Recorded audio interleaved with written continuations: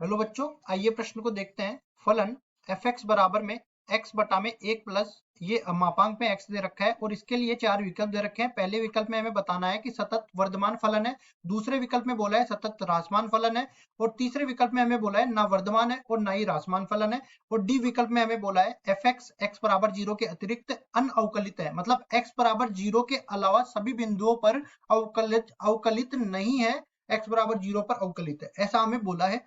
तो देखिए बता देंगे कौन सा विकल्प सही होने वाला है, कौन सा विकल्प गलत होने वाला है। तो यहाँ पे पहले हम लोग देख लेंगे मुख्य उदाहरण। मुख्य उदाहरण में सबसे पहले जो मापांक फलन आता है उसको परिभाषित कर देते हैं। मापांक फलन जो होगा वो इस तरह से परिभाषित होगा, x से खुलेगा जब x का मान धनात्मक होगा या 0 से बराबर भी हो सकता है, और -x से खुलेगा जब x का मान ऋणात्मक हो जाएगा।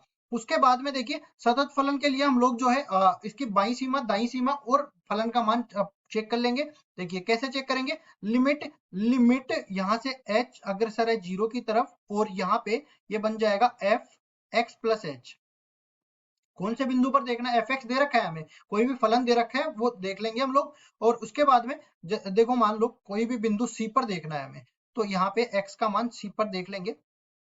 x बराबर c के लिए, x बराबर c के लिए हम लोग देखेंगे तो ये ये अपने पास आ जाएगी दाईं सीमा और ये अपने पास अब लिखेंगे बाईं सीमा। लिमिट h अग्रसर है 0 की तरफ, यहाँ से बन जाएगा fc माइनस में h और ये बराबर हो गया, यदि fc के बराबर हो गया तो हम लोग बोलेंगे ये अपने पास दाईं सीमा है, ये अपने पास बाईं सीमा है और ये अपने पास फलन का मान है, तो हमारा फलन सतत होगा। फलन सतत होगा, फलन सतत होगा। इसके अलावा हम लोग अवकलनीयता के लिए देख लेते हैं। तो LHD जो होगा वो LHD को लिखते हैं हम लोग f(x + h) माइनस में f(x) बटा में नीचे आ जाएगा h और यहाँ पे लिमिट h अग्रसर है 0 की तरफ, और अगर यहाँ पे ये RHD के बराबर हो गया, और RHD किसके बराबर होगा, RHD बराबर होगा f(x माइनस में h) माइनस में f(x) और नीचे भाग लग जाएगा h का, यहाँ पे बन जाएगी लिमिट h अग्रसर है 0 की तरफ, ये -h बचने वाला है। अगर ये दोनों बराबर है तो हम लोग कहेंगे कि f(x) अवकलनीय है, f(x) अवकलनीय है। अब देखिए यहाँ पे आगे बढ़ते हैं और वर्धमान ह्रासमान के लिए भी जिक्र कर लेते हैं। y बराबर f(x) मान लो कोई फलन दे रखा है और मान लो कि f(x) अपने पास 0 से बड़ा हो गया, तो हम लोग कहेंगे कि f(x) वर्धमान है, f(x) वर्धमान है। और इसी तरह मान लो कि यहाँ से अपने पास f(x) का मान 0 से छोटा हो गया, तो हम लोग कहेंगे f(x) ह्रासमान है, f(x) ह्रासमान है। और यहाँ पे देखो x का कोई ना कोई अंतराल भी मिलने वाला है, x के कुछ निश्चित मानों के लिए ये वर्धमान रहेगा, कुछ निश्चित मानों के लिए ह्रासमान रहेगा, या सदैव वर्धमान सदैव ह्रासमान भी रह सकता है, वो हमें चेक करना पड़ेगा। तो देखिए पहले हमें फलन को परिभाषित करना पड़ेगा। फलन हमें दे रखा है क्या, f(x) बराबर में x बटा में 1 प्लस मापांक में x। देखिए अब देखिए इसको पहले मैं परिभाषित कर लेता हूँ। ये दो तरीके से परिभाषित होगा, x बटा में 1 प्लस x जब x का मान 0 से बड़ा या 0 के बराबर रहेगा, और ये x बटा में 1 माइनस x जब x का मान 0 से छोटा रहेगा। इस तरह से हमने परिभाषित कर दिया। अब वर्धमान और ह्रासमान के लिए हम लोग चेक कर लेते हैं, या उससे पहले सततता हम लोग चेक कर लेंगे। सततता देखो यहाँ पे x बड़ा है 0 के लिए ये हमेशा सतत रहेगा, क्योंकि एक तरह से परिभाषित है। x छोटा है 0 के लिए ये एक तरह से परिभाषित है, तो सतत रहेगा। केवल x बराबर 0 पर हमें चेक करना पड़ेगा कि ये सतत है या नहीं है। तो हम लोग देख लेते हैं RHL में हम लोग देखेंगे लिमिट h अग्रसर है 0 की तरफ और ये बन जाएगा। देखिए RHL में लिमिट सबसे पहले c 0 पर चेक करना है ना, तो 0 + h रखेंगे। उसके बाद में देखिए लिमिट h अग्रसर है 0 की तरफ और यहाँ पे बन जाएगा अपने को 0 + h बटा में 1 + 0 + h, ये बन जाएगा। अब देखिए कुल मिला के अपने पास ऊपर 0 रखेंगे तो ये पूरा 0 के बराबर बन जाएगा। और इसी तरह हमें LHL रखेंगे यहाँ पे, तो ये बन जाएगा लिमिट h अग्रसर है 0 की तरफ और ये बन जाएगा f0 माइनस में h। इसको आगे सरल करते हैं तो ये बन जाएगा लिमिट h अग्रसर है 0 की तरफ और ये बन जाएगा 0 माइनस h बटा में 1 माइनस में 0 माइनस का h। कुल मिला के यहाँ पे 0 रखेंगे तो ये पूरा 0 के बराबर बन जाएगा। अब देखिए हमारा जो फलन का मान है वो भी तो देखना पड़ेगा। f0 बराबर में कहीं पे भी रख दो, जैसे मैं मान लो कि x बटा 1 प्लस मापांक x में रख देता हूँ, या यहाँ पे मैंने परिभाषित कर दिया है कि 0 बराबर यहाँ पे आने वाला है, तो मापांक को हटा के मैं जहाँ पे मैंने परिभाषित किया है वहां पे मैं रख देता हूँ इसका मान। तो देखिए इसमें क्या बन जाएगा, ये बन जाएगा इस तरीके से 0 बटा में 1 प्लस 0, कुल मिला के ये 0 के बराबर बनेगा। तो मैं कहूंगा कि LHL बराबर है RHL के और ये बराबर है F0 के, तो फलन सतत है, सतत है, सतत तो है। अब वर्धमान ह्रासमान के लिए देख लेते हैं। यहाँ पे देखो दो विकल्प, ये दोनों सही हो सकते हैं, वर्धमान और ह्रासमान के लिए चेक कर लेते हैं। तो देखिए वर्धमान के लिए क्या बोलेंगे, सबसे पहले वर्धमान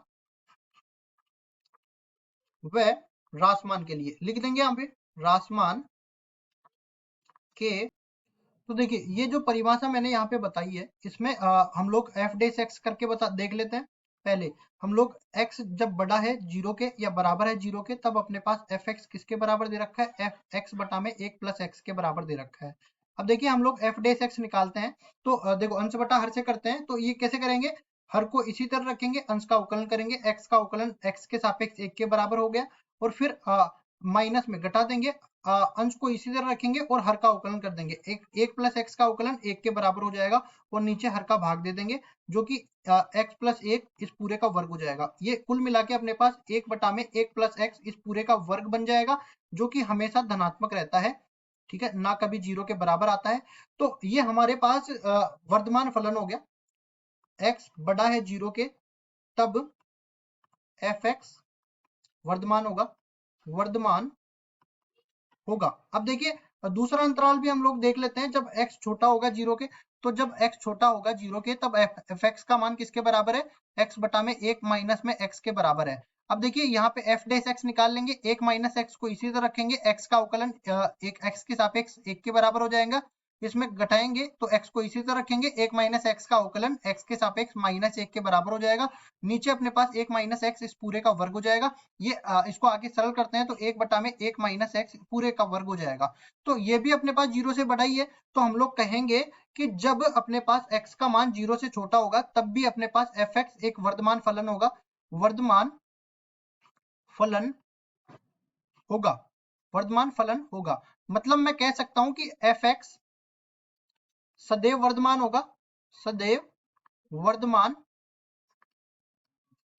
फलन होगा, सदैव वर्धमान फलन होगा। अब देखो इसको इस तरह से समझो कि पहले मैंने बता दिया था क्या कि fx सतत फलन है, और अब मैंने बता दिया fx वर्धमान फलन है। तो यहां से देखिए ये विकल्प गलत हो गया, और ना ही वर्धमान ना ही ह्रासमान, ये विकल्प गलत हो गया, सतत और वर्धमान है, ये विकल्प बिल्कुल सही हो गया। अब देखो डी विकल्प के बारे में भी हम लोग चेक कर लेते हैं, fx x बराबर 0 के अतिरिक्त अनअवकलित है। तो देखो हम लोग इस तरह से समझते हैं कि fx सदैव वर्धमान फलन है, मतलब इसका जो ग्राफ बनेगा वो इस तरह से बढ़ता चला जाएगा, ये कभी भी जो है मुड़ेगा नहीं, ये कभी भी मुड़ेगा नहीं, तो ना तो यहाँ पे कोई तीक्ष्ण बिंदु आने वाला है, ये बढ़ता ही चला जाएगा।